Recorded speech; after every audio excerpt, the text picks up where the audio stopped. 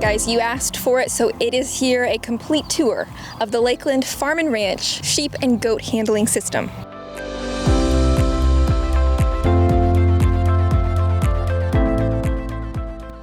Since this system arrived on my farm and I announced its arrival, there have been questions through the roof as to how it's working for me, how I trained my sheep to it, what drew me to this system in the first place, and whether it's really worth it to invest in a sheep and goat handling system. I'm going to start out the video by just taking you through this system. Number 2, giving you a look at what it took to actually train my flock. And number 3, I'm going to give you my honest opinion as to whether you actually need this on your sheep farm or not. She's my line leader. She'll call and make sure everybody comes. Can you call again and see if they'll come? Good job.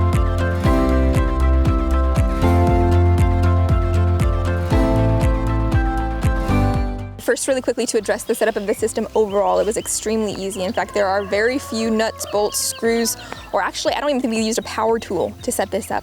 It goes together with a series of rods and fittings, which means I can actually disassemble this and assemble this. And if hypothetically I had a piece of leased land several miles up the road, I could disassemble it here at headquarters, load it in the back of a pickup truck bed, and run it up to that leased land, run my flock through up there. All right, second thing I want to share with you guys before actually getting to the meat of the system are these easy panels, and these are Lakeland specialty as far as I know.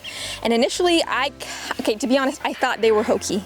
I thought they were gimmicky, and I said, please send the system without those easy panels because I don't think I need them. But guys, these are something I would recommend actually buying first now that I've used them. They set up and create basically an instant sheep yard or an instant funnel wherever I need it. So I'm gonna start here at the crowding tub, and this tub fits about 15 sheep. Once it's all full, you'll push the tub in and it's going to basically squish your sheep into the alley. It's gonna keep the flow going from the tub into the alleyway. So once the sheep are in the chute, there is an anti-backup gate. So once they're through and into the alleyway, there's no way they can actually get back into the crowd tub, which is excellent. They come and they funnel down the alleyway. And from here, a couple things I want to note about this. The alleyway system has actual side rails that go up and down, which makes this incredibly easy if you are 5'3.5" and you need to get deep down in there, run a drench, a shot, or whatever. Now I would advise that you actually keep these up during the working process because I have had a few jumpers who will actually jump out of the chute, but for getting in there and working them really quickly, it works perfectly. Another great thing is that the width of this alleyway is adjustable. So if you're working with animals like sheep who have basically a 0 radius turn, you can narrow this down to where it's impossible for them to turn around, and that's what I absolutely love. All right, this brings me to the guillotine gate, and the length of the cord is such to where you can be standing at the very end of the alleyway and pull up the opening. And that brings me to one of the things that I actually really appreciated about this system in general is that it is set up for single person operation. Now, on really busy days where I am working the flock and giving them shots, and it's a very heavy day, I have a couple people on site to actually fill my needles, close doors, close latches and everything. But the muscle is completely taken out with this system.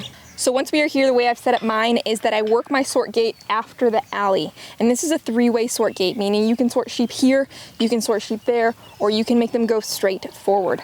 Sorting sheep in a pen, give it a try once before buying this sort gate and you will immediately have an indescribable appreciation for just the amount of work that this takes out. They will come through here, again, using the guillotine gate. And if you want them to go this direction, simply adjust the opening to where they will funnel through that way. If you want them to go straight forward, make sure both are latched and they go straight forward. If you want them to go to the left, shift the left door open. Now, something to be said is that you can position these individual pieces anywhere you want. If it works better for you to have a sort gate right in the middle of these two alley pieces, just move this right in the middle of the alley. These pieces are extremely versatile as far as how you can set up this system overall. And we are quickly approaching my absolute favorite part of the system, and that is the Delux spin trim chute. This is probably one of the most important pieces of equipment you can buy as a sheep farmer. Once the animal either exits the chute or exits the sort gate, there's essentially a back door on the spin trim chute through which they enter. Now this is in the squeeze position right now, but as the animal enters, you want to have it in the open position. And as they see this opening, it is extremely deceptive, and I'm getting ready to show you why. This is an automatic catching head gate. And if you're a sheep, you're kind of getting a sheep's eye view right here. They see the opening, they make a dart towards the opening, and basically as they come forward, the head gate closes and they are momentarily trapped while you proceed to squeeze the chute, press the foot lever, and flip the animal. The thing you want to make sure and do, and that I did not do, is just make sure and go ahead and shut that back door just in case you have not adjusted the head gate properly. They won't backtrack into the sort gate. Something I was not completely aware of with respect to the self-catching head gate was that you will be pulling this in one of two directions depending on what you want the function to be. If you want to let the animal out the front, you want to press directly down, and it's going to open up and let the animal proceed out. If you want to set it for that automatic catch before the animal comes through, you want to pull up and make sure that the head gate is pulled backwards so that as that animal moves through, boom, they are caught before they can make an entire exit. On this head gate, you will find these adjustable pins. So for larger animals, you're going to set it a little bit wider, and for smaller animals, you're going to set it narrower. You're going to see these three options here. Once you squeeze both sides to where the animal is snugly fit, again, you can roll them to a 90-degree angle, or you can roll them entirely upside down. If you're a little bit taller and you prefer working at this level, that'll work for you. I work at the 90-degree angle. Make sure you're rotating clockwise and not counterclockwise. There's a lock right here that you need to make sure and unlatch, and once you do, you are in business, and the animal's hooves are fully accessible. You can also get up there into the armpits if you want to administer the CDT shot. Now, another thing is that you can actually administer intermuscular shots to the animal through one of these holes in here. If you've got a fleshy spot, if you can access their thigh, which is typically where you do the intermuscular stuff, you can give them a little bit of a jab here while they are restrained. And again, the same thing goes for deworming. If you have a huge animal and it does not work to deworm them in the alleyway back there, this makes an excellent option for you. It gives a little bit more of a restraint and allows that process to go a little bit better. All right, so I know that people have been asking a lot for a tour of the handling system, but I think more than anything, they just want to know how the crate to coop conversion went. Can you take it from here and give us a little tour of the crate? Yes, I can. What is this? It's a microphone, so you Oh, okay. Hi, folks. Okay, so this is the crate that I made into a chicken coop. So basically what I did was I took the crate, and it was pretty much looked exactly like this. I had to resecure the back. I resecured a bunch of the supporting beams, and I added some supports on the bottom corners so that when I pulled it, it would move and not wear and tear on the structure itself. Then after that, I coated it with some weatherproof stain, and then after that, I covered the inside with chicken wire, stretched it really tight, and added a door in the back with hinges and a little makeshift latch. Nope, they want to hop out. I stretched a tarp over the top for just rain and wind blockage, and added a waterer to the end. It gives them a lot of room on the ground, and then I can move it really easily, actually. So that's like a handle right there? Side. I can also grab a rope that I have and just latch it around the bottom and pull it that way too. Great. I feel really professional using this little microphone. So, yeah, that's it. Here you go. Thank you. And as far as training the flock to the chute, it honestly took about 7 or 8 runs through it before they got the idea.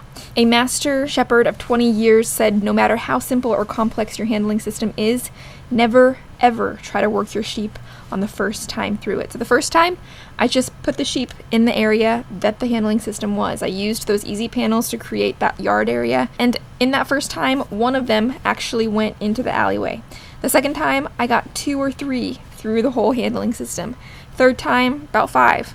And by time number 6 or 7, all of the flock had funneled through the handling system and had their treatments to boot. Now, this sounds like an easy process, but it was really frustrating at some points in time, and there were actually boots on sheep's backsides, pushing them into the workflow. And that does not make me sound like a very good shepherd, but when you know what your sheep need, you put the boot on their backside and you get them what they need. I used a feed bucket. I went ahead and put their feed trough at the very end of the chute and filled it with all kinds of noisy feed so that the ones that were in the alleyway would actually hear it and run through the chute to that treat. And number 2, with the feed bucket in my hand, I would walk through the chute first and lead them to the end. And that worked really well for me as well. Then now to address whether or not you actually need a sheep and goat handling system for your farm. If you have a flock of 15, you're going to cap it at that. You just plan to keep it a hobby, do not make this investment. You do not need a handling system. A small pen will work just fine. If you are going commercial, if you are going occupational on any level and you hit a flock size of about 30 breeding ewes, that's when you're going to really start to notice it. And really, you're going to need to get serious at that point about beginning to invest. And you don't have to go the whole system at once. You can buy pieces, especially if you're buying from Lakeland. I believe all of these individual pieces are sold a la carte. The shipping is included in the price, and so you can just budget one piece a year until you have the whole system. Also, this is going to probably be disturbing, but this is a word against using the hammocks to flip your ewes. When I flipped my ewes using the hammock last year, it was causing some rectal prolapses on some of my ewes. And when I say some, it was more than one, and it was probably more than 4. And so for that reason, I would never advise using a hammock for your ewes. And if you do, definitely watch the back end in doing it. I want to read this email from TJ.